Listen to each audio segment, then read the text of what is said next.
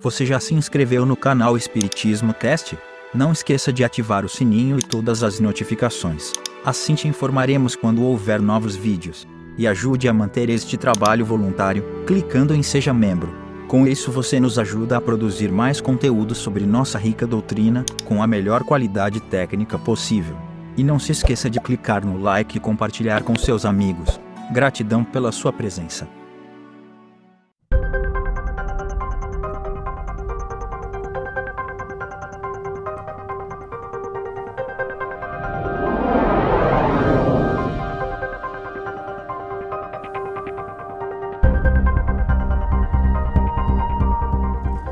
Olá meus amigos, minhas amigas, como é que vocês estão? Sejam bem-vindos a mais um estudo do livro Perispírito, do professor Zalmiro Zimmermann. Nós temos muito trabalho hoje porque o estudo está ficando cada vez mais interessante. Hoje nós vamos abordar o tema Provas das Existências do Perispírito. Então, sem demora, vamos para o estudo. Olha aí que legal! A comprovação da existência do perispírito que o Espiritismo oferece, inegavelmente, contribuição das mais valiosas para o conhecimento do homem em sua integridade.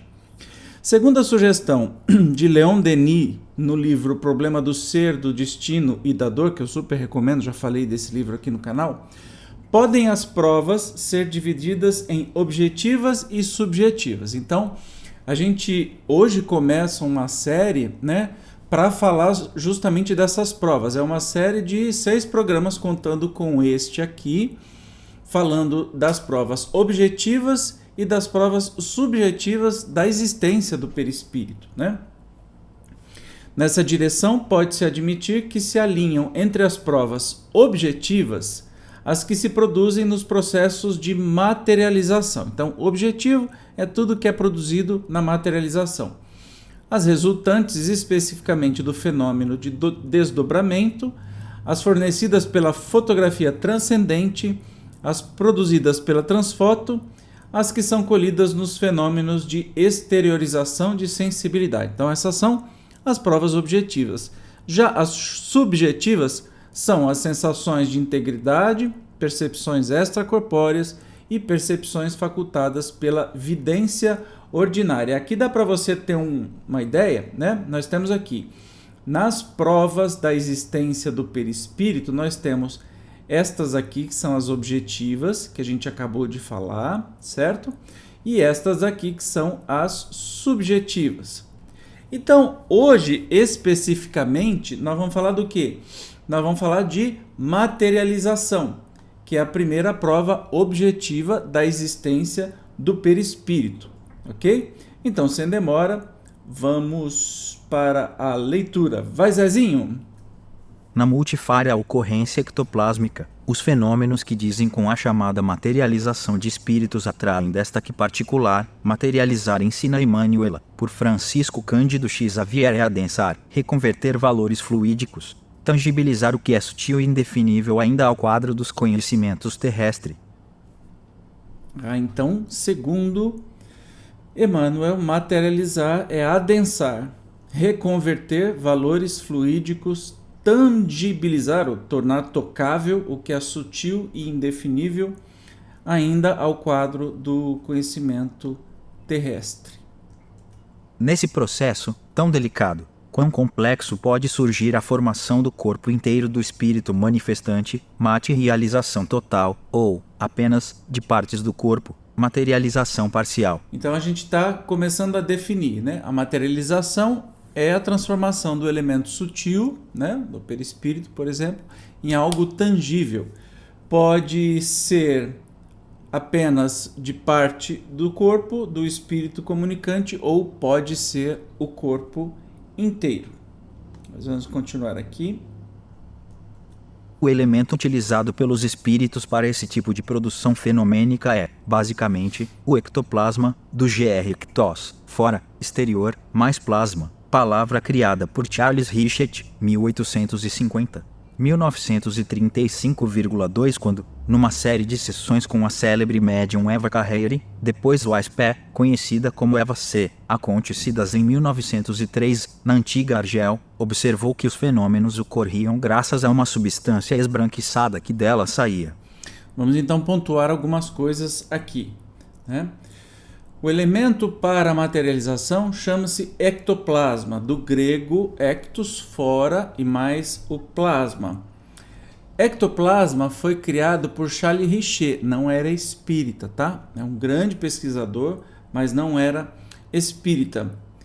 E por que ele criou? Porque ele fazia muitas experiências com essa médium Eva C., né? E aqui está dizendo, em 1903, na antiga Argel, observou que uma substância esbranquiçada da médium saía. Mais tarde constatou-se de vez que essa substância viva, manipulada pelos espíritos, é que torna realmente possível o surgimento das formações visíveis, que podem ser luminosas ou não, ou até só tangíveis, conhecidas como materializações. Então, vamos pegar aí uma série de informações, né? Então, o ectoplasma é que possibilita as materializações, que podem ser tangíveis ou não, podem ser mais vaporosas ou você pode tocar, pode emitir luz ou não, certo? Continuando aqui. Albert Schrank Notzing, 1862-1929, famoso pesquisador alemão, que também acompanhou Eva C. e outros médiums famosos, denominou-a teleplasma, materializations Phänomene, 1914. O ectoplasma, como opina Arthur Conan Doyle, é a mais proteica das substâncias e pode manifestar-se de muitas maneiras e com propriedades variáveis. Bom, então vamos lá. O Zezinho não sabe ler algumas coisas, mas ele sabe ler mais do que eu, já disse, né? Esse Notzing, um famoso pesquisador alemão, também acompanhava essa médium, Eva C., e outros também, chamou de teleplasma. Em vez de ectoplasma, ele chamou de teleplasma. E aí, Arthur Conan Doyle, que é o autor do Elementar, meu caro Watson, Gente do céu, como é que é o nome? Sherlock Holmes, né? Ele também descreveu na história do espiritismo, inclusive, eu super recomendo que você que se interessa pela história do espiritismo, né? De onde nasceu a doutrina espírita, mas toda a história anterior à doutrina espírita, já que a doutrina a gente tem tudo documentado, mas a anterior, leia a história do espiritismo, que é do próprio Arthur Conan Doyle, tá? É muito, muito legal. Aí ele diz que é a substância mais proteica e pode se manifestar de muitas maneiras e propriedades variáveis. Com base nos experimentos, observações e informações de notáveis investigadores como Crawford, Charles Richer, Gustave Gelée, Albert Schrank Notzing, Juliette Alexandre Bisson, que é a Madame Bisson, William Crookes, esse nome a gente vai ouvir muito, Johann Zollner, Paul Gibier, Ernesto Bozano, Gabriel Delanne, Alexandre Aksakov, Albert Coste, Violeta Tweedale, Hernani Guimarães Andrade, nosso querido, Carlos de Brito Embaçaí e outros, é possível já catalogar algumas características do ectoplasma. Então tá. Para você que duvida e acha que isso é uma conversa de filme, que acontecia só de filme dos caça-fantasmas, não é não, tá? Claro que eles fantasiaram muita coisa, mas muita coisa eles pegaram em base destes pesquisadores. Não eram não eram pessoas que acreditavam por acreditar. Todo esse povo que eu li, a maioria li tudo errado o nome, mas enfim, eram pesquisadores respeitabilíssimos e premiados pelas academias e sociedades de ciências da sua época, tá? Então nós não estamos falando de uma babaquice ou de faz de conta, ou muitas vezes que eu pego aqui comentários no canal como se as pessoas assim, a pessoa não sabe nada, nunca estudou e aí se acha capaz de julgar grandes pesquisadores do mundo inteiro só porque não acredita em alguma coisa. É aquela história da Terra plana, né? As pessoas que vêm aí bater no peito que a Terra é plana, fazer o quê? Então, cada um tem responsabilidade por aquilo que acredita, né? Então, todos esses pesquisadores se manifestaram a favor e a respeito do ectoplasma. Assim, tem-se observado que se trata de uma substância de natureza filamentosa ou fibrosa, que, quando visível, pode apresentar-se branca, preta ou cinzenta, embora a primeira seja a mais frequente e, por vezes, apareçam as 3 cores simultaneamente. A visibilidade é variável, podendo parecer luminosa e com intensidade que cresce ou diminui. Pode, também, ser invisível e ainda, com parecer tangível ou não.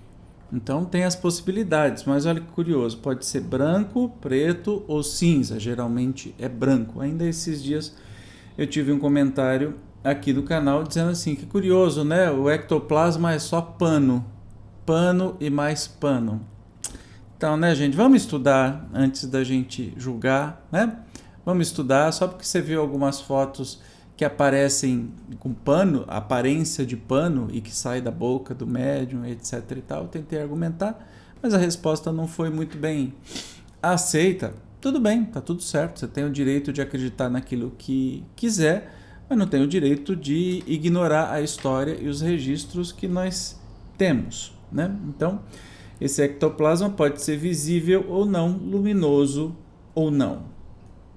Geralmente, ao natural, é inodora, embora, às vezes, possa desprender um odor particular difícil de ser descrito. Anota Conan Doyle, que Noticing, ao reduzir as cinzas uma por C cedilha maiúsculo O de ectoplasma registrou um cheiro de chifre queimado psit. P349.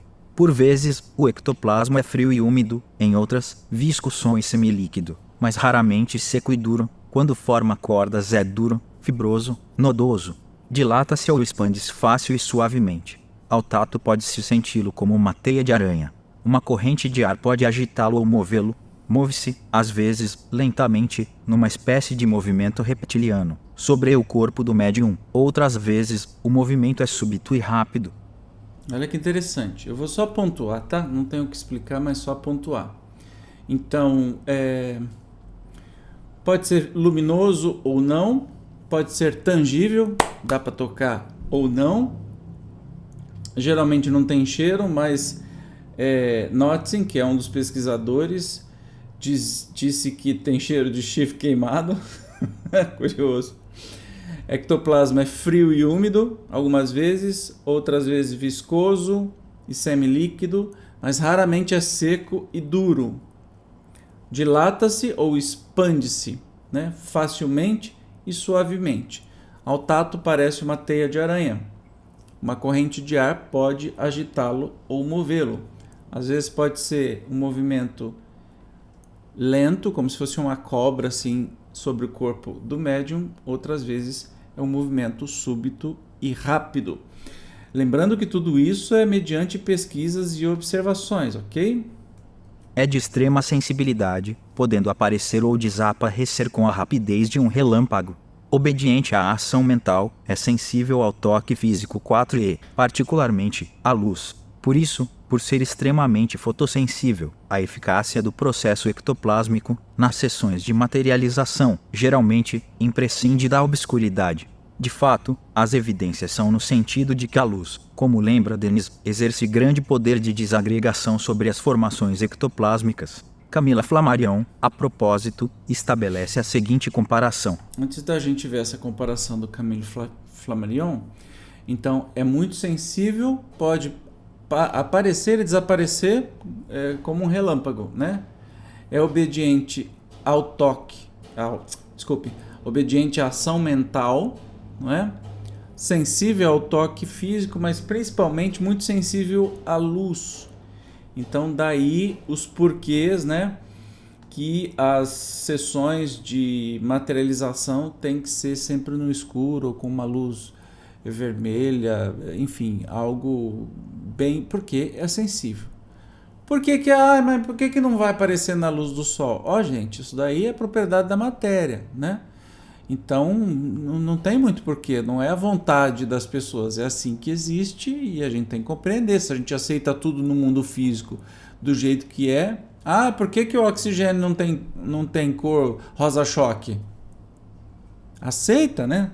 Simples assim. Isso é resultado de observação, não está em discussão como deve ser, ok?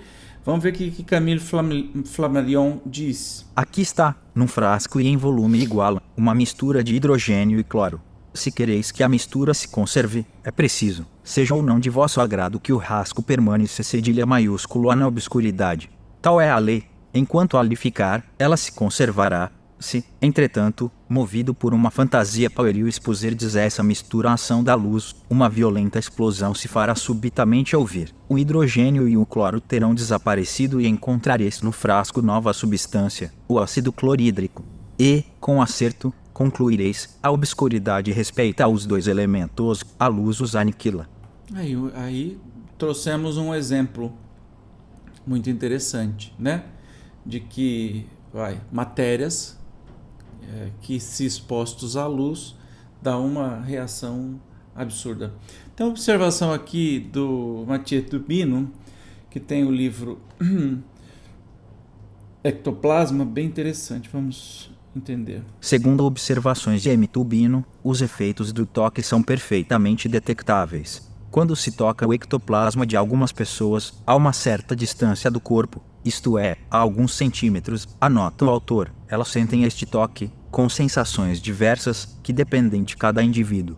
Em função de como é feito, este toque pode causar ânsia de vômito, tosse e até algumas sensações mais desagradáveis. Isso está em um fluido vital chamado Ectoplasma, que é um livro que eu ainda quero estudar aqui com vocês. Já li muito, tem um fluido vital chamado Ectoplasma e Saúde e Ectoplasma. Ambos são maravilhosos, eu aconselho que você leia. Mathieu Tubino. Guimarães Andrade, nosso querido professor, tratando do tema, sugere que a desagregação do ectoplasma estaria associada ao chamado efeito fotoelétrico. Desagregação significa quando o ectoplasma se desfaz, tá? Então, está ligado ao efeito fotoelétrico. E aí ele observa o seguinte: raramente, o ectoplasma resiste à ação desagregadora dos fótons. Seria, talvez, o resultado do efeito fotoelétrico. O infravermelho, possuindo fótons de pequena energia, não exerce ação importante sobre aquela substância. Daí ser possível formarem-se aglomerações ectoplásmicas, na ausência da luz visível. Tal fato impede sejam observadas facilmente as ectoplasmias de pequena intensidade. Uma vez bem consolidado e na fase final de uma corporificação, o ectoplasma transforma-se em tecidos ou objetos resistentes às radiações luminosas. Da mesma forma, uma vez colhido em recipiente próprio, ele poderá, perdendo sua carga biônica, conservar-se sob o aspecto de uma mistura de substâncias diversas, sacadas do organismo mediúnico e até mesmo de certos objetos. Muito interessante e esclarecedor. Talvez aí a gente entenda por que nas sessões de materialização se usa a luz vermelha, né? Já que na luz vermelha tem também o infravermelho e que são os que menos desagregam, né, as materializações. Importante anotar que, em função do interesse científico, como mostra a história do espiritismo, os espíritos que comandam o processo conseguem, quando necessário, sanar a ausência momentânea da obscuridade, sendo certo que, nesse caso, cautelas especiais são tomadas para que o médium, em especial, não seja afetado à luminosidade incontrolada, e, também, a emoção súbita pode provocar, além da desagregação, a repentina retração de parte do ectoplasma, chocando o médium e causando-lhe, por vezes, danos sérios e imprevisíveis. Uma coisa que eu quero observar é justamente sobre a questão. O ectoplasma é uma substância que todos nós possuímos no corpo físico e que, para a materialização, o médium de efeito físico doa este ectoplasma, mas esse ectoplasma continua sendo dele. Então o espírito manipula esse ectoplasma e ocorrem as materializações, mas quaisquer coisas que acontecerem com este ectoplasma, né?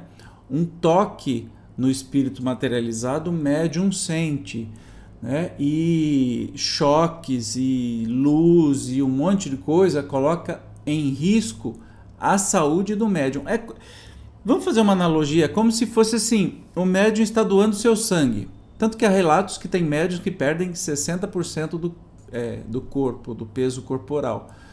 Então, vamos dizer que o ectoplasma é o sangue do médium. Imagine a delicadeza se o sangue do médium estivesse fora, formando alguma coisa. Se você tocar, você vai contaminar. Tudo que acontecer pode colocar em risco a saúde do médium. Isso é muito sério. São diversos os casos conhecidos em que os médiuns, nas sessões de materialização, são atingidos pelos efeitos da luz branca repentina, quando se acende a luz. E onde continua? Que chegam até necessitar de hospitalização. Olha só, Ernesto Bosano, um italiano, pesquisador do livro Materialização de Espíritos. Viu? A coisa é séria, gente. Não é brincadeirinha de criança, não. Por isso que tem que ser levado muito a sério esse tema.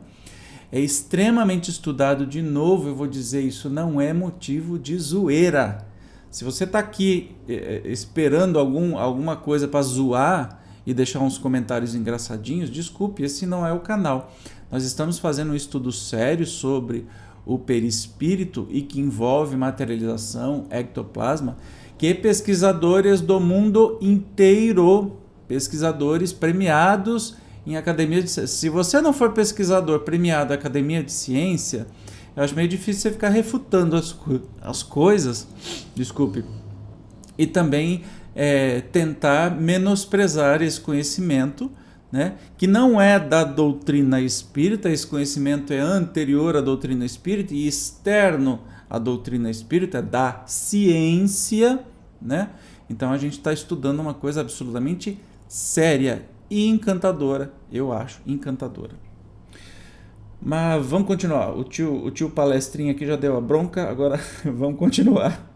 O ectoplasma emana através de todos os poros do médium, especialmente da boca, das narinas, dos ouvidos, do tórax e das extremidades, alto da cabeça, seios, pontas dos dedos, sendo reabsorvido ou dispersado ao final do processo. Habitualmente, as primeiras emanações acontecem pela boca, sendo possível verificar que se forma a partir da superfície interna das bochechas, das gengivas e da abóbada palatina. Durante a produção do fenômeno, o recinto onde permanece o médium só é ficar na obscuridade. Fora, emprega-se, geralmente, a luz vermelha. Assume as mais diversas formas, mostrando sua irresistível tendência à reorganização. Então, entendemos que o ectoplasma ele flui por todos os pontos, todos os poros do médium, mais comumente das bocas, narinas, ouvidos. É onde a gente tem as fotografias que mostram justamente isso acontecendo. Onde o médium está, que geralmente é uma câmera escura que fica atrás do lugar onde o público está, sempre um público muito reduzido, onde ele está é completamente escuro, tá? E fora, a gente confirmou aí que geralmente é uma luz vermelha. Em certos casos, quando adensado, pode ocupar um determinado volume no espaço. Então, o ectoplasma, né? Há ainda evidências de que possa estar sujeito à ação da gravidade. Olha que legal. Isso quem diz é o professor de engenharia mecânica na Queen's University de Belfast, Irlanda. Em suas célebres pesquisas ligadas à ectoplasmia, ele verificou experimentalmente com o uso de balança a ação da gravidade sobre o ectoplasma. Que legal. Como é matéria, tem gravidade, né?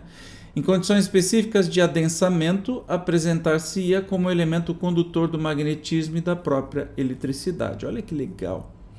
Finalmente, o ectoplasma não só penetra ou atravessa qualquer tipo de matéria, como com ela interage tanto física como quimicamente do nível atômico. Então, é matéria. Daí, por exemplo, o seu emprego na produção de efeitos físicos ou a sua aplicação em trabalhos de cura. E essa ação pode, também, ocorrer à distância. Presentes as necessárias condições, o ectoplasma de um doador pode perfeitamente servir a um paciente que esteja em outro lugar. Aí entra uma das coisas mais interessantes, né, sobre a materialização, que é o trabalho de cura.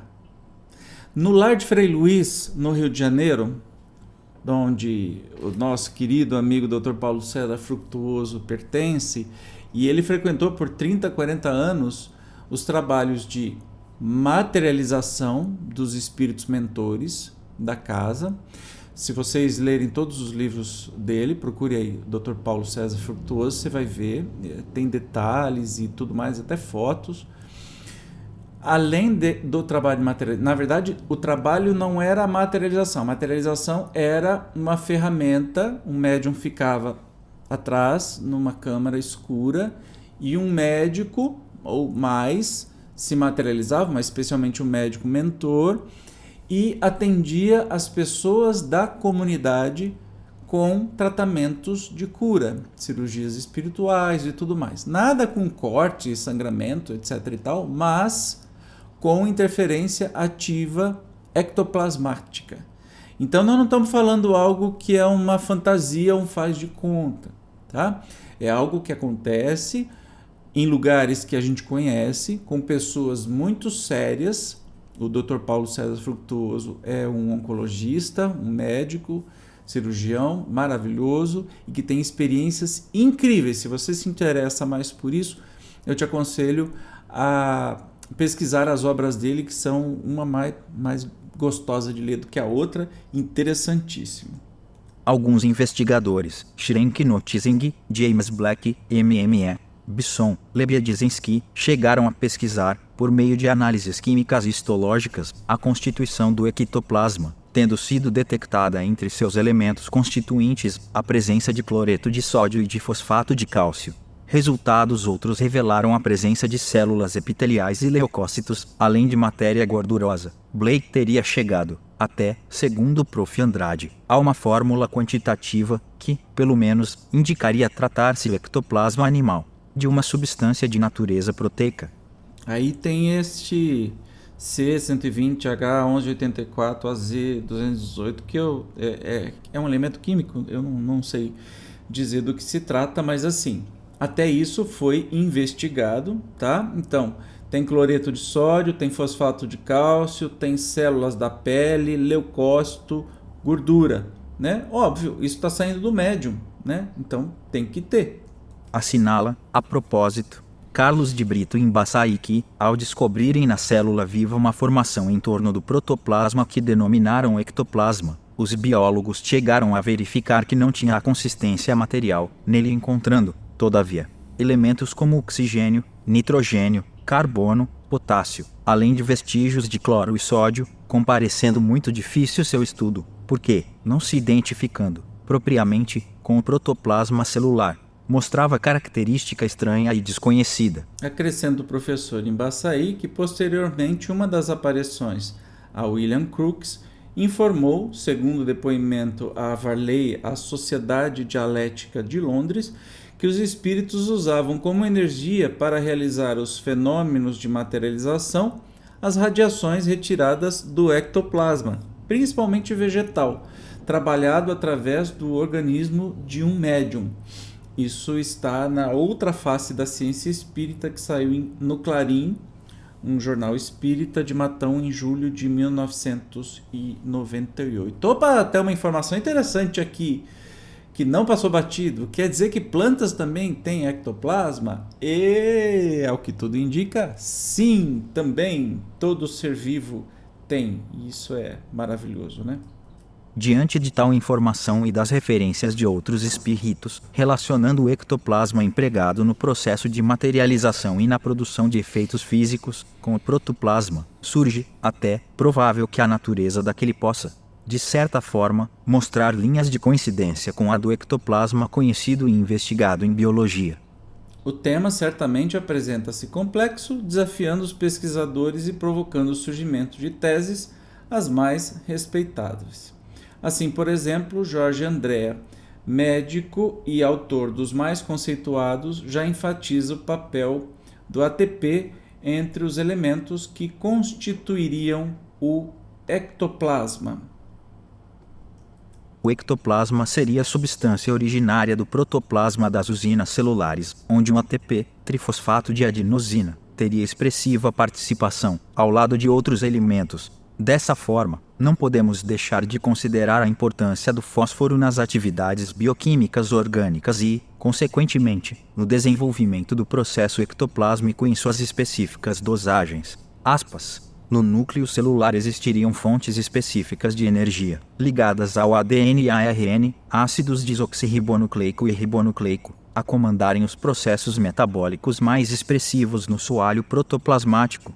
O elemento participante ativo desse processo de formação de energias no corpo celular seria o ATP, trifosfato de adenosina, resultante do ciclo bioquímico específico de Krebs. O ATP, sendo a primordial fonte de energia nos processos celulares, estaria comprometido na formação do ectoplasma. Muito legal isso, né?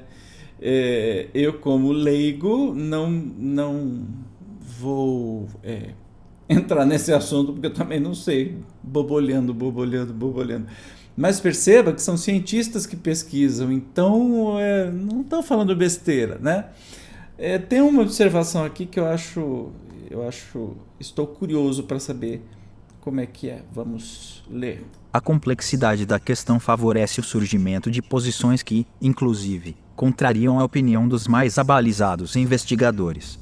Professor Imbaçaí, por exemplo, afirma que o ectoplasma não é, propriamente, o material que se desprende do médium no processo de materialização, gosma ou esputo, mas uma névoa aparente que enche o ambiente à medida que vai se desprendendo daquele, precipitando-se, depois, sobre o fulcro emergente, dando-lhe a forma dita materializada. Segundo o pesquisador, essa névoa aparente é visível, sua temperatura está sempre abaixo da do ambiente, não se comporta como fluido, não sofre influência do toque do vento, nem de qualquer outro recurso material capaz de remover substâncias gasosas. Sustenta, finalmente, que ninguém conseguiu isolar qualquer quantidade de ectoplasma formado durante os fenômenos de materialização de espíritos, porque não se tem qualquer dispositivo capaz de recolhê-lo, porém, sem dúvida, será a porta para a ciência, pela qual irão se adentrar os estudos acerca das verdades espíritas. Trata-se, sem dúvida, de posição respeitável, todavia, em processo tão complexo como a ectoplasmia, dependente de tantas variáveis, a partir já das características psicobiológicas do médium e do tipo de fenômeno em pauta, impõe-se não perder de vista o valor do que até aqui tem sido construindo a respeito, mercê do esforço lúcido de pesquisadores de vários tempos e países, operando, pois, em circunstâncias as mais diversas, cujas conclusões apresentam-se, na maioria das vezes, ostensivamente convergentes. Então aí nós temos um exemplo desse pesquisador, o Imbaçaí, né, que diz que não é bem um líquido, não se comporta como um líquido e sim como um gás.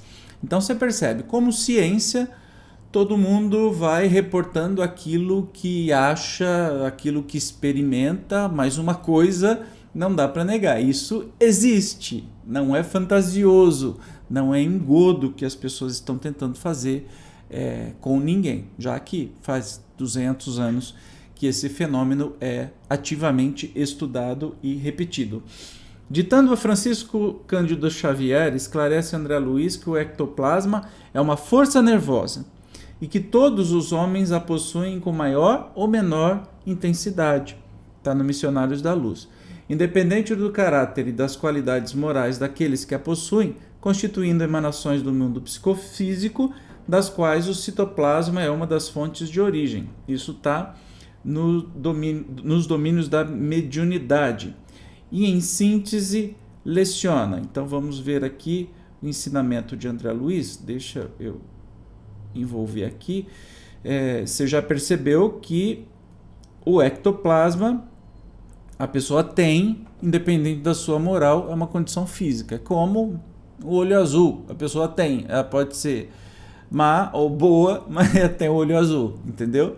Que eu adoraria ter. Mas enfim, vamos lá, vamos à leitura do André Luiz. O ectoplasma está situado entre a matéria densa e a matéria perispírtica, assim como um produto de emanações da alma pelo filtro do corpo, e é recurso peculiar não somente ao homem, mas a todas as formas da natureza.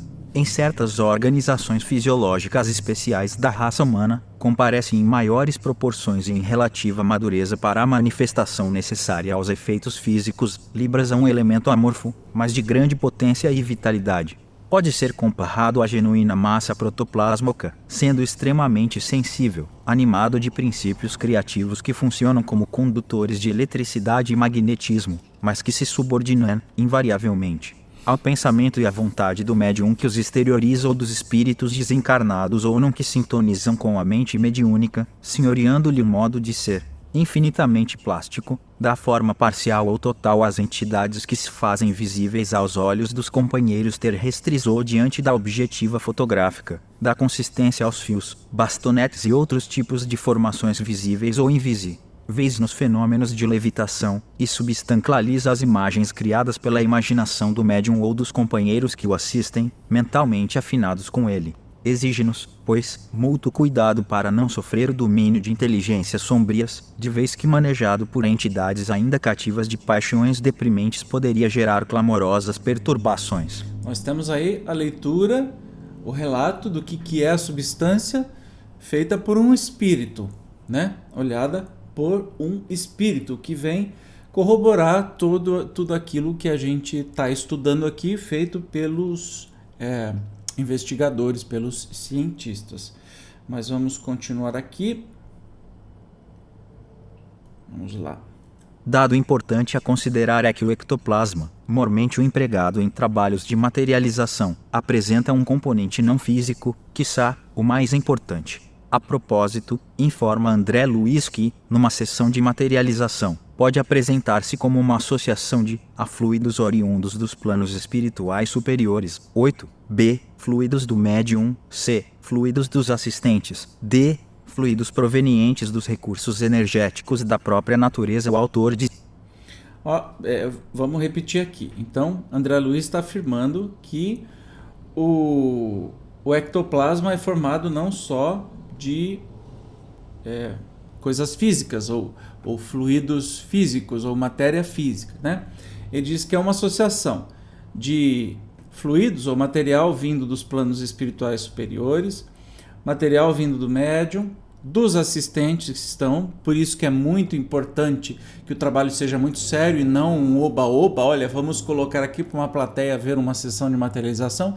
Isso nunca vai acontecer porque a energia mental e a própria constituição de cada um pode interferir e vai interferir nas materializações, e fluidos que vêm da própria natureza. O autor designa os primeiros como fluidos A, os dos encarnados fluido B e da natureza fluido C. É só para a gente entender. Tal informação, pela credibilidade de que se reveste, aponta em si a necessidade que temos de um vasto projeto de pesquisa interdisciplinar que possa revelar mais abrangentemente não só a natureza do ectoplasma, como a sua implicação no próprio processo da vida tão delicado e complexo. Tem uma observação aqui, vamos ver.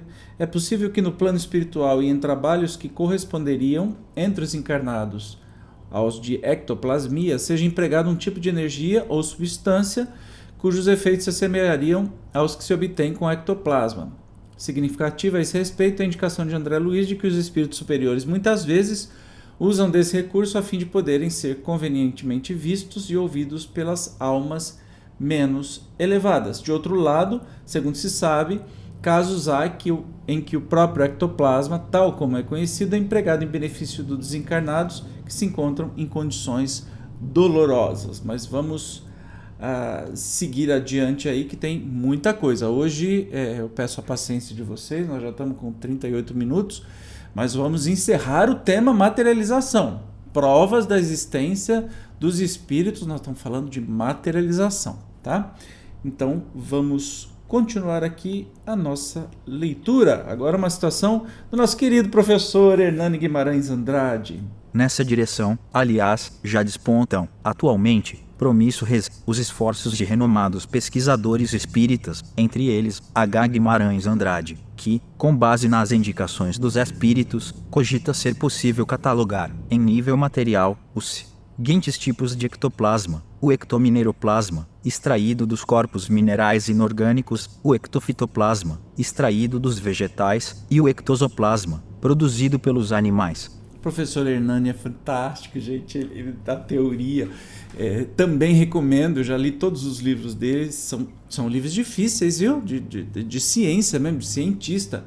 Mas vale a pena, tem uns que são mais levezinhos assim. Olha que legal, ele classificou como ectomineroplasma, o que vem dos corpos minerais inorgânicos, ectofitoplasma dos vegetais e ectosoplasma dos animais, ou seja, todos temos ectoplasma. Isso está no livro Espírito, Perispírito e Alma, que eu super recomendo para que você leia, de tão maravilhoso que é.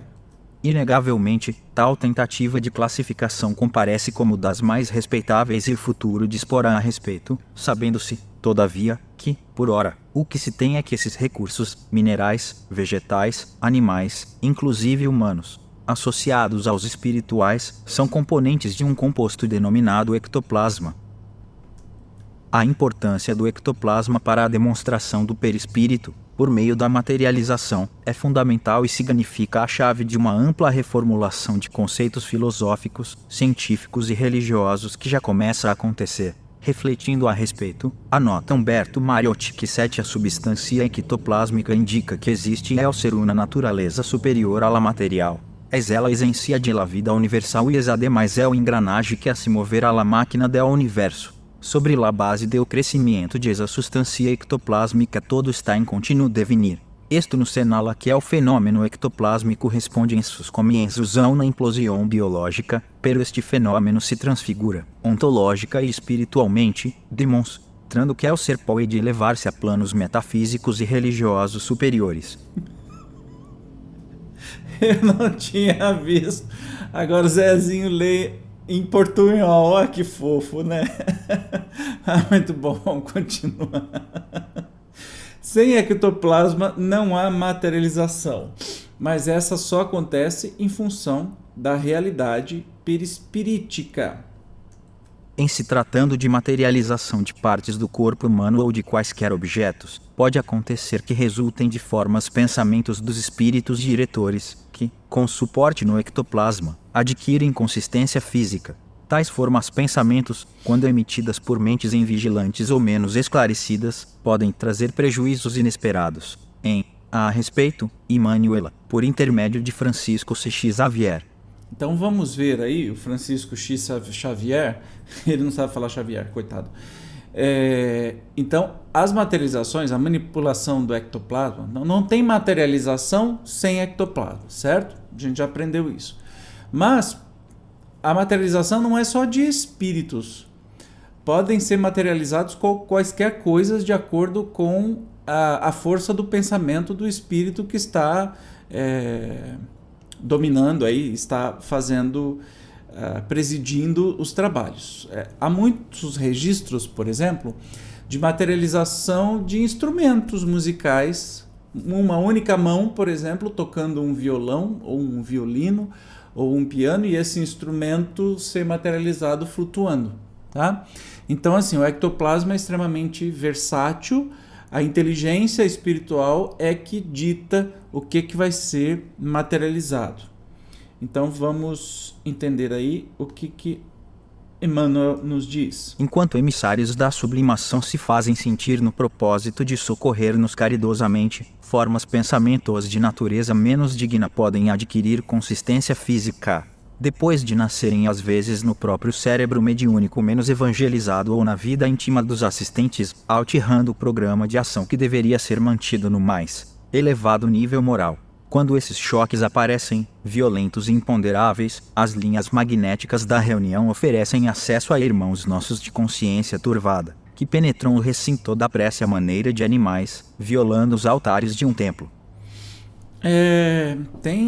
Imagine a insegurança para um médium, pode correr risco de vida quando essa reunião é feita de qualquer jeito, sem a proteção espiritual, sem as pessoas terem a boa vontade, né? Todo mundo imbuído no bem, pode acontecer de espíritos não muito felizes atravessarem o caminho e colocarem todos em risco e materializar coisas horríveis, enfim.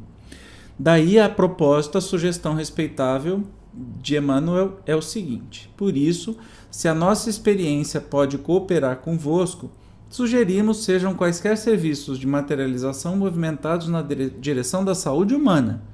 Por enquanto, só o esforço assistencial aos doentes justifica o desdobramento intensivo das nossas atividades nesse setor, considerando que a sementeira das convenções sadias pode ter lugar ao lado do pronto-socorro e da enfermagem, sem campo aberto às indagações sem proveito. Então, Emmanuel aconselhando que os processos de materialização sejam feitos em favor da cura das pessoas, né? Não por curiosidade frívola ou besteira. Então, e é isso que tem acontecido, tá, gente? É isso que tem acontecido, especialmente nas casas espíritas. A esse respeito, impõe-se assinalar que, ao menos no Brasil, um dos principais fatores responsáveis pela penetração cedilha maiúsculo O do espiritismo em todas as classes sociais tem sido a curra e, na maioria das vezes, saliente-se, fora das sessões de materialização, colhendo o ectoplasma em suas diversas fontes, os espíritos o manipulam, empregando em cirurgias que acontecem, até, em recinto aberto e iluminado,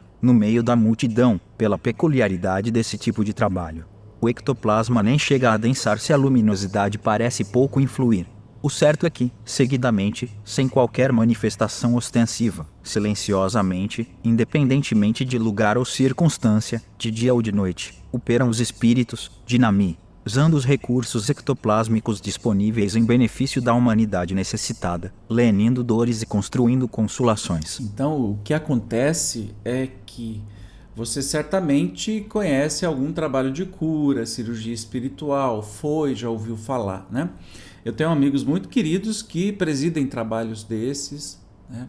Aqui em Birigui temos em Teresina, temos em tantos lugares, né, irmãos abnegados que trabalham com este processo de cura, cirurgias espirituais. Todos se utilizam da energia do ectoplasma, que neste caso não precisa se materializar. Todo aquele negócio de luz, né, etc., vai influenciar na materialização.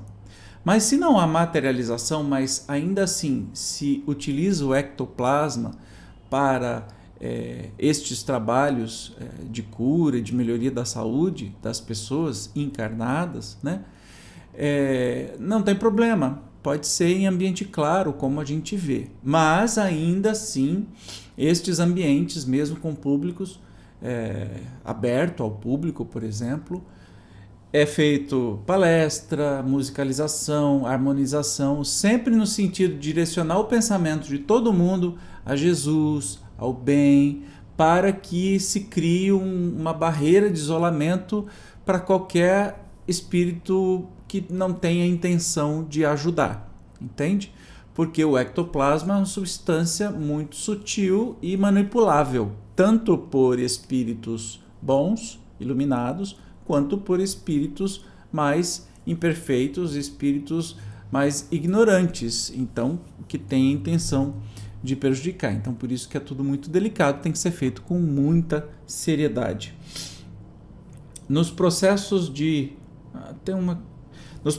corporificação efetiva dos espíritos comunicantes, as materializações modelam-se de acordo com a configuração dos seus respectivos espíritos. Não é comum, aliás, que nas sessões de ectoplasmia aconteça apenas a materialização de espíritos. Seguidamente, pela aglutinação do ectoplasma, como já anotado, surgem as mais diversas formações, luminosas ou não, semiopacas, tangíveis, muitas vezes, deixando, inclusive, impressões e servindo às mais incríveis moldagens em parafina, como se vê em inúmeras amostras, principalmente de pés e mãos, moldadas espiritualmente e expostas nos museus especializados de todo o mundo. É aquilo que a gente já viu, já falou, não precisa ser exatamente a materialização de um espírito, tá? Pode ser a materialização de objetos, muitas coisas, e aqui ele citou uma coisa interessante, que eu acho que eu já falei, Mas muitas dessas materializações, e feitas com anuência, com concordância do espírito que está orquestrando isso, né, do plano espiritual, se materializa, por exemplo, uma mão, e esta mão é colocada dentro de uma parafina muito quente, e essa mão fica lá quietinha até a parafina esfriar. Esfriou, a mão desaparece. Aí eles fazem o molde, taca gesso, sei lá, qualquer outra coisa dentro desse molde, e aí você tem a mão, que inclusive se pode identificar as impressões digitais, veias, poros, pelinhos, tudo, né? Então assim, e que existem aí e que ficam.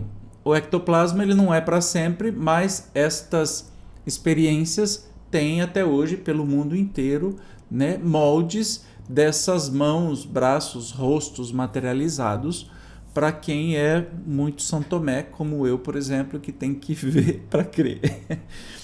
E se trata de fenômeno rigorosa e definitivamente comprovado.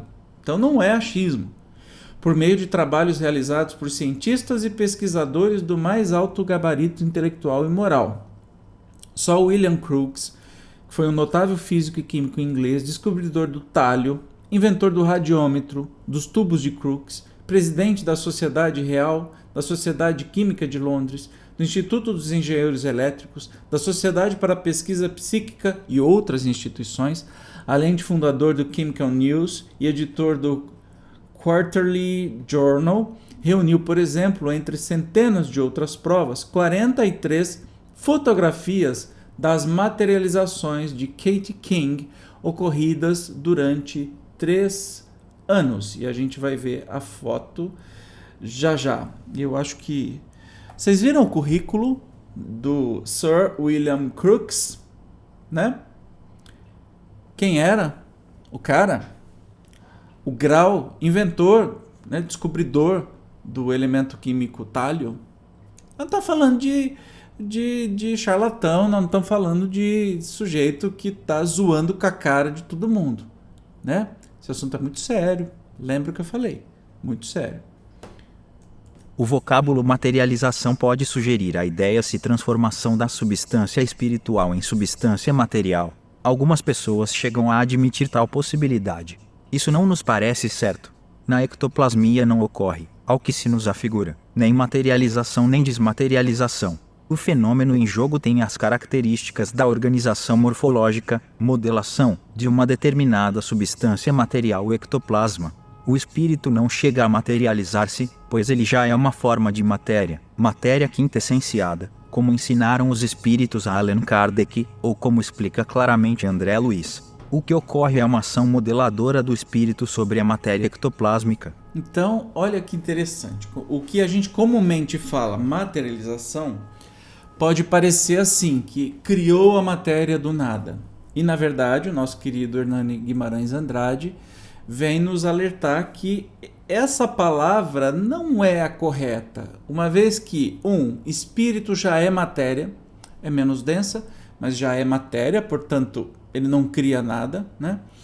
O que ocorre é uma moldagem, né, de acordo com a vontade do espírito, por essa substância, o ectoplasma, que pode estar em todas as... Ele pode ser sólido, pode ser líquido, pode ser gasoso, ele pode se transformar. Então, nada é criado, nada é verdadeiramente materializado, né, neste sentido. Então, vamos aí, eu segurei para que vocês tivessem curiosidade das materializações de Katie King, feitas pelo Sir William Crookes. Olha lá.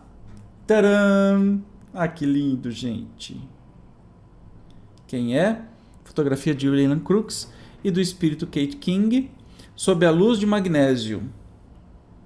Olha lá, então, nós estamos à esquerda aí, William Crookes, pessoa, pesquisador, e do lado, um espírito materializado. Aí, para quem fala assim, mas por quê? É tudo envolto em panos. Não, a mulher está vestida, né? Vestida com roupas da época, obviamente. Mas você pode perceber que aqui o rosto é muito nítido, a mão, tudo direitinho. E apareceu numa foto aí sob a luz do magnésio. tá? Isso está no livro Les apparitions matérialisées des vivants et des morts, de Gabriel Delanne, de 1911.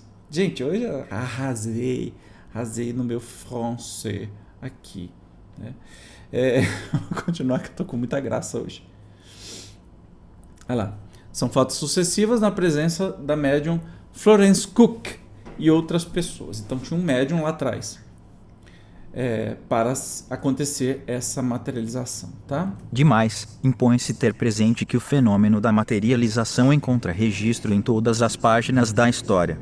Existiu em todos os tempos e lugares, ainda que, muitas vezes, sacralizada pelas religiões que nela viam, e algumas ainda veem a ocorrência de um milagre, quando, na verdade, não passa de um fenômeno natural hoje, graças ao espiritismo, plenamente explicável. Então a gente compreendeu o que é a materialização, certo? A partir de agora, a gente vai ver o que é, quais os tipos de materialização que podem ser mediúnica, propriamente, ou anímica, extra-mediúnica. Então vamos entender. Na materialização mediúnica, apoiados nos recursos ectoplásmicos oriundos do médium, dos assistentes, dos planos superiores e da natureza, corporificam-se os espíritos regados de transmitir a lição da sobrevivência e de propiciar, também, se for o caso, o benefício da cura. Então, espíritos encarregados da licença, da lição, né? Transmitir a lição, na mediúnica. Trata-se de um processo sumamente complexo e que demanda, além da competência, a participação abnegada dos espíritos operadores. Em lição magistral de André Luiz, transmitida pelo Chico em Missionários da Luz, toma-se conhecimento de ações e cuidados inimagináveis até para que os trabalhos alcancem bom êxito, desde os momentos de preparação do ambiente com a ionização da atmosfera, combinando recursos para efeitos elétricos e magnéticos e a ozonização necessária como trabalho bactericida. A gente até hoje sabe que o ozônio ele é antibactericida. Até a meticulosa preparação do sistema nervoso do médium para a liberação do ectoplasma e a delicada corporificação do espírito designado para a tarefa. Então, essa materialização mediúnica, né, que envolve um imenso trabalho, tanto dos trabalhadores espíritas, por exemplo, encarnados, quanto da equipe espiritual desencarnada. Já na materialização anímica vem do latim alma, ou extramediúnica, que também foi estudada por Aksakoff, Crookes e outros renomados investigadores, é o próprio espírito do médium que se corporifica. Olha que legal. Total ou parcialmente, ou produz muitas vezes involuntariamente os efeitos ectoplasmáticos que afinal resultam das próprias formas, pensamentos que constroem. Kardec nos diz: a alma do médium pode comunicar-se como a de qualquer outro, e ainda é fora de dúvida que o espírito do médium pode agir por si mesmo. Isso, porém, não é razão para que os outros não atuem igualmente por seu intermédium. Muito interessante. Então pode ser mediúnica, quando vem a materialização é de um espírito, ou pode ser anímica, quando a materialização é do próprio espírito ou do pensamento que ele mandar, do próprio médium que está doando o ectoplasma, né? Tipos diversos de materialização mediúnica podem ser catalogados. Assim, pode-se apresentar-se como materialização animada e inanimada, completa, parcial, autônoma, conjugada, tangível, luminosa e não luminosa. Então, as materializações mediúnicas, olha só, podem ser animadas, podem ser completas, podem ser completas, parciais, autônoma ou conjugada, singular, múltipla, simultânea, tangível, não tangível, luminosa, não luminosa. Ou pode ser inanimada, o caso de instrumento que eu falei para vocês, completa ou incompleta, tangível, não tangível, luminosa ou não luminosa. A materialização mediúnica animada diz com a corporificação dos próprios espíritos, expressando-se de diversos modos, inclusive falando, né? A inanimada se refere ao surgimento de objetos, inclusive flores ectoplásmicas sem vida, produto da mentalização dos espíritos manipuladores do ectoplasma. A materialização completa é aquela em que os manifestantes espirituais ou as coisas corporificadas surgem nas suas formas inteiras. Na parcial ou incompleta, não corresponde à forma inteira do espírito ou objeto que se apresenta ou apresentado. Na materialização animada, a corporificação completa ou parcial de um ou mais espíritos pode acontecer de maneira autônoma ou conjugada. Autônoma, os espíritos apropriam-se do ectoplasma e o manipulam diretamente. No conjugada, os espíritos trabalham o ectoplasma usando o perispírito do médium como suporte. As materializações autônomas, já por se apresentarem mais independentes, surgem muitas vezes mais perfeitas. Nesse tipo de fenômeno, comumente acontece a corporificação de um só espírito, ou de só um espírito por vez, e o que se pode chamar de materialização singular. Eventos rigorosamente investigados e anotados, todavia, mostram que também soem acontecer, ainda que não frequentemente, as materializações múltiplas ou simultâneas. A literatura espírita documenta inúmeros casos referentes a esse tipo singular de materialização, estudados por pesquisadores de incontestável idoneidade científica e moral. Entre os registros clássicos, por exemplo, atrai citação uma extraordinária ocorrência anotada por Aksakov, li certo, envolvendo o Dr. Monk, famoso médium de seu tempo. Vamos ver então este caso aqui. Como médium tínhamos o Dr. Monk. Depois de o termos examinado a seu próprio pedido, ele foi posto em um gabinete improvisado pela colocação de uma cortina através do vão de uma janela. A sala ficou iluminada a gás durante todo o tempo da sessão. Aproximamos uma mesa redonda da própria cortina e ali tomamos lugar em número de 7. Logo depois, duas figuras de mulher, que conhecíamos com os nomes de Bertie e Lili, apareceram no lugar em que as duas partes da cortina se tocavam, e, quando o Dr. Monk introduziu a cabeça através da abertura, essas duas figuras apareceram acima da cortina, enquanto que duas figuras de homem Mike e Richard a separavam dos dois lados e se faziam igualmente ver.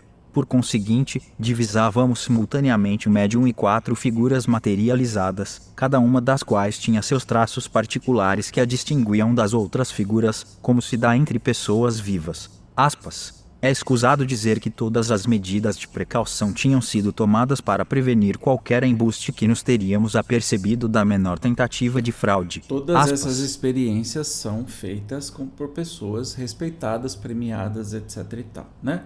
E aí a gente está vendo aqui, agora mais classificativamente, né, os tipos de materializações e tudo mais, mas perceberam? Apesar de rara, pode ter materialização de mais do que um espírito, então é bem interessante.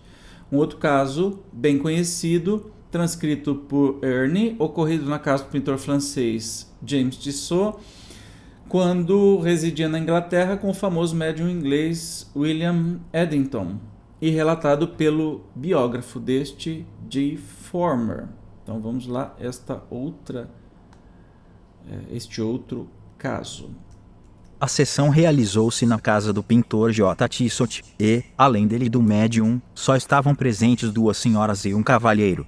O Sr. Eglinton sentou-se numa cadeira perto do Sr. Tissot e nela se conservou durante todo o tempo. As portas foram fechadas à chave. Alguns instantes depois, 2 formas apareceram lado a lado, à esquerda do Sr. Tissot. A princípio indistintas, pouco a pouco se tornaram visíveis a ponto de se poderem distinguir todos os seus traços. A forma masculina trazia na mão uma espécie de luz muito viva com a qual iluminou o rosto da forma feminina. O Sr. Tissot reconheceu imediatamente a última e, muito comovido, pediu-lhe que o beijasse, o que a forma fez repetidas vezes. Viu-se-lhe o movimento dos lábios, depois desapareceu. O que tornou o fenômeno ainda mais impressionante foi o fato de aparecer o corpo psíquico de Eglinton através das outras 2 formas. Houve, pois, uma tríplice materialização.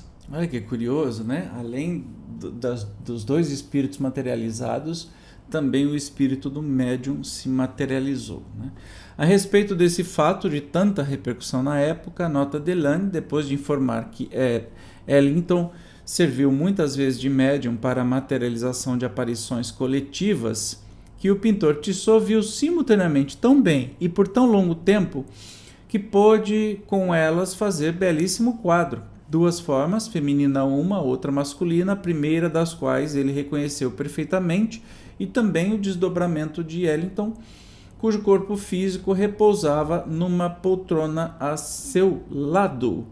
Lindo demais esse relato. Olha aqui, o que é? Materialização. Foto de um quadro pintado por James Tissot, representando dois espíritos materializados, mostrando em suas mãos duas fontes de luz. Gente, olha que coisa mais linda.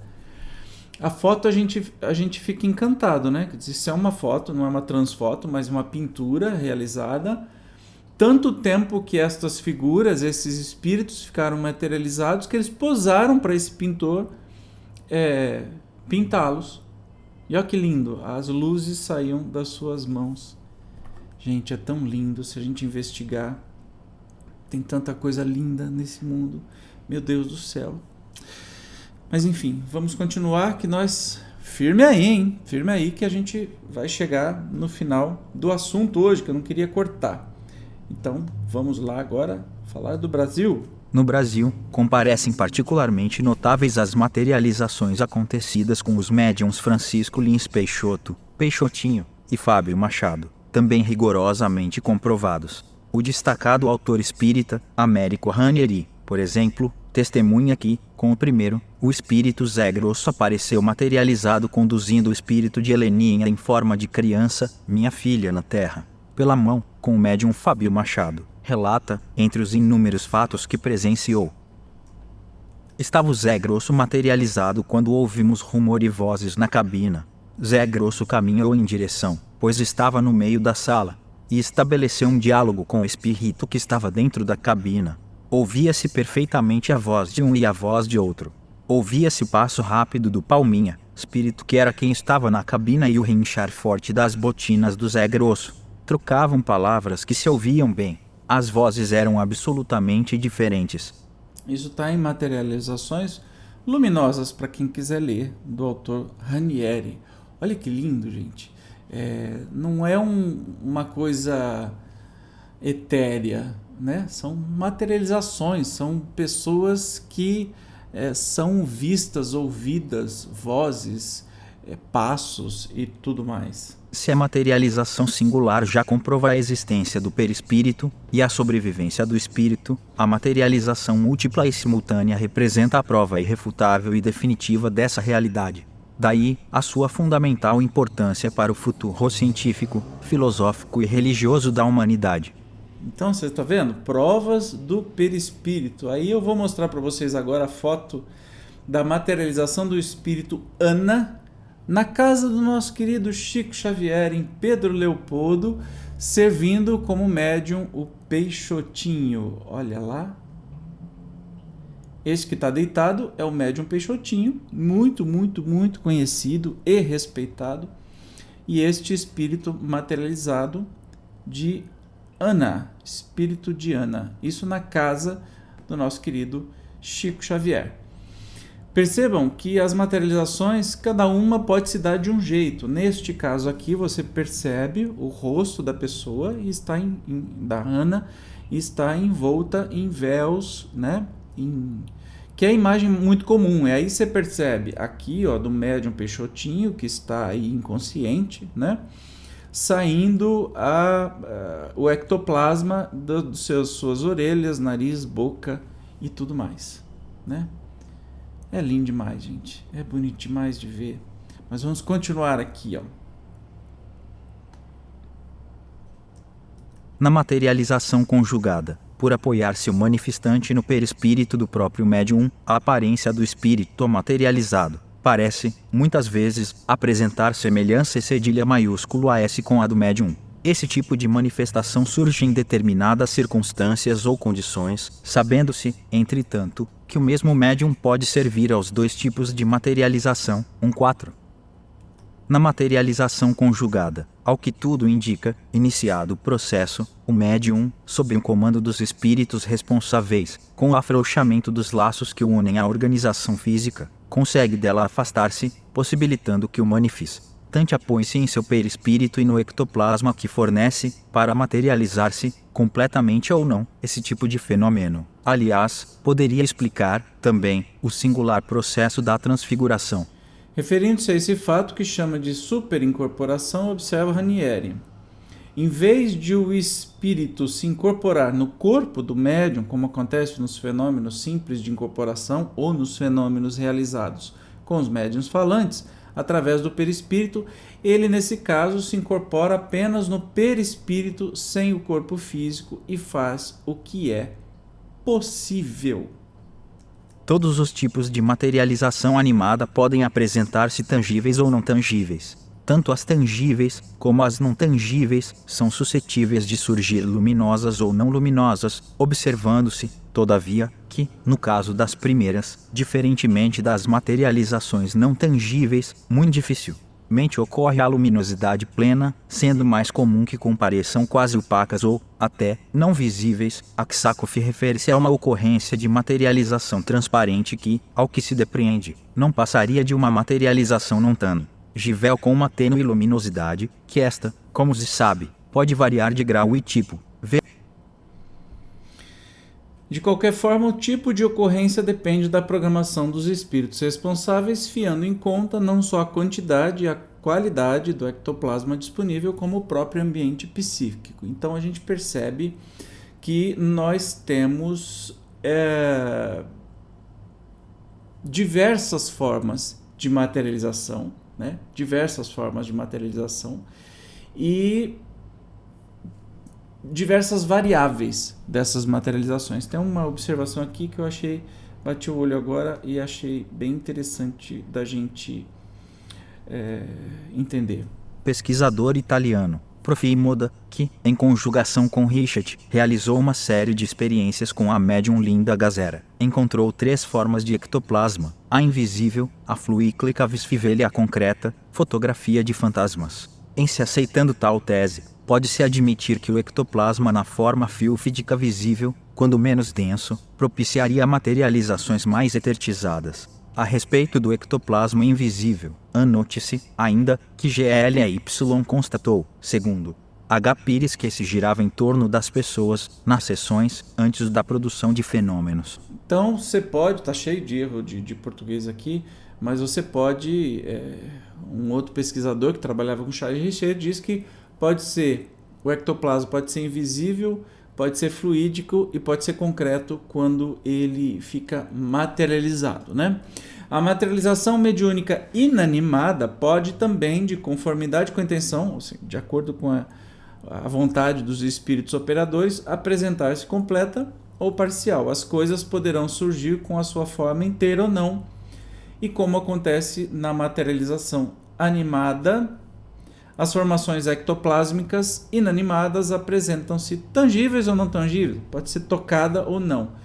Em se tratando dos objetos, se não aparecem luminosos, como no caso dos seres vivos, não deixam de se apresentar visíveis, suficientemente que podem ser percebidos. Aqui, gravura do senhor Dragon, representando a materialização do espírito de Kate King. Se você ler, né, segundo a descrição de William Crookes, que acompanhou o fenômeno à luz de uma lâmpada de fósforo, a médium Florence Cook colaborou com o cientista inglês em suas célebres experiências Aparece no Chão. Aqui é uma gravura, tá? Não é uma foto, mas é uma representação de como acontecia a médium e aqui a materialização do espírito, que precisava da luz, tá vendo? De uma lamparina aqui para poder ser vista, então não era visível.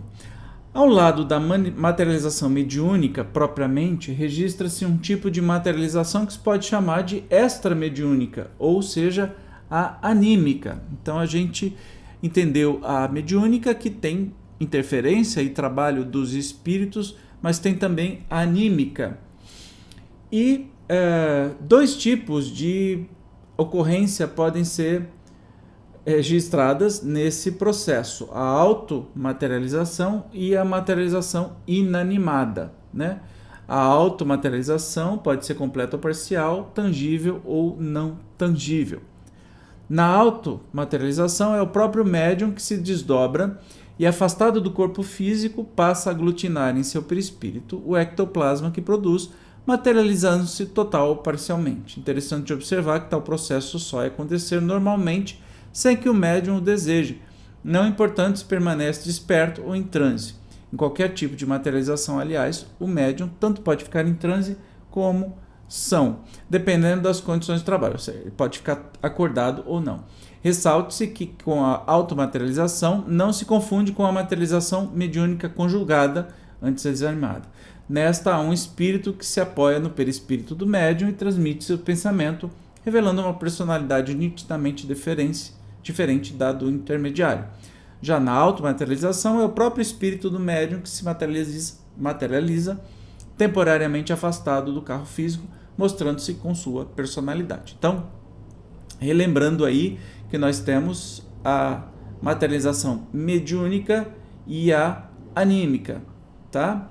Mediúnica quando tem participação de espírito, anímica quando é o próprio médium que se materializa o seu próprio perispírito. Investigadores conscientes e acostumados com essa espécie de manifestação, inclusive metapsiquistas, parapsicólogos, psicobiofísicos, etc., não encontram dificuldade maior em discernir um tipo de ocorrência de outra, sabendo-se que o médium que se automaterializa, em geral, até involuntariamente, é o mesmo que, em outras circunstâncias, e na maioria das vezes, serve aos vários tipos de materialização de espíritos. Ambos os fenômenos, materialização mediúnica e automaterialização, são comuns e, dependendo da orientação dos espíritos controladores, segundo a expressão de GLY, podem perfeitamente coexistir.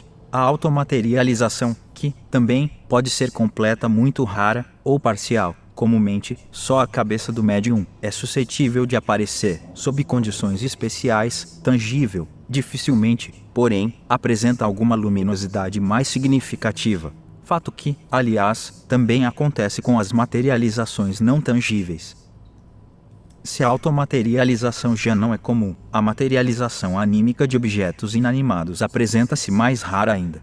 A materialização extramediúnica inanimada é normalmente marcada pela acentuada imperfeição das formas das coisas que se materializam, sob a ação mental consciente ou subconsciente do médium. Esse tipo incomum de materialização, resultante da concentração do ectoplasma em torno das formas pensamentos produzidas pelo médium, oferece, quase sempre, tênue visibilidade. Então nós estamos falando aqui que tem as possibilidades, né? A mediúnica tem interferência de espírito, a anímica não tem interferência de espírito e todas elas têm as suas particularidades, e o médium que consegue ter materializações anímicas também tem materializações mediúnicas, certo? Então é assim que funciona. O fenômeno da corporificação ectoplásmica dos espíritos, desencarnados ou não, conhecido, modernamente e impropriamente, aliás, como materialização, Kardec denominava aparição, comprovando em bases experimentais a natureza espiritual do ser humano, representa uma das mais expressivas contribuições do espiritismo para o desenvolvimento do saber. É que tanto na materialização dos espíritos desencarnados, como na automaterialização do médium, o processo só acontece porque o perispírito dos manifestantes aglutina o ectoplasma disponível, amoldando-o automaticamente à sua forma. É a força aglutinadora do corpo espiritual e sua função modeladora que determinam a corporificação material dos espíritos. Conclui-se, assim, que, sendo a materialização um fato definitivamente comprovado, e ocorrendo que ela só acontece porque existe a base perispirítica, não só se prova a existência do psicossoma, como se demonstra a interação entre os mundos físico e espiritual. Idêntico raciocínio aplica-se aos casos comprovados de desmaterialização parcial, protagonizados, por exemplo, pelas conhecidas médiums Elizabeth Desperance e Eusápia Paladino.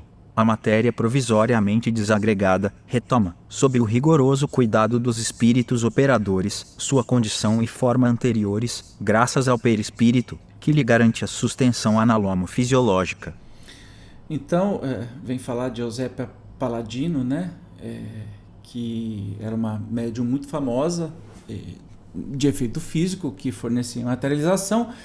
Tudo isso que a gente falou hoje E aí eu vou mostrar para vocês agora o resumo, né, do que a gente falou hoje. Então foi assunto pra caramba, mas apesar do termo materialização não é o mais correto, né? Kardec chamava de aparição, porque nada é materializado, nada surge, né? O ectoplasma tem papel primordial, mas ele vem provar a existência, então uma prova objetiva da existência do perispírito, já que essa materialização só é possível graças ao perispírito, né?